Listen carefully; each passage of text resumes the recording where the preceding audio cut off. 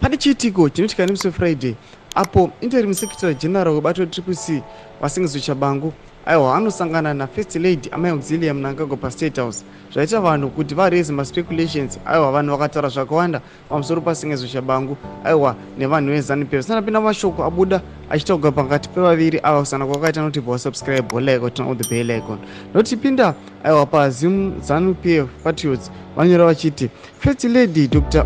Mnangagwa greets Sabc Interim Secretary General and the leader of the opposition in Parliament, Senator Singizo Chabangu, during a dinner she hosted for female legislators from all political parties at State House on Friday night. Do mashukano achipostewa aiwa nema ZANU-PF Patriots vaposta nepicture. Vanoti vanhu havana kubononoka. Vanouya vachiudza Singizo Chabangu magara moyo. Vanonyora vachiti, is he female now?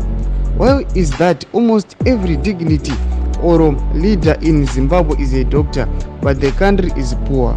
Muwano yachiti, is the Secretary General a female MP?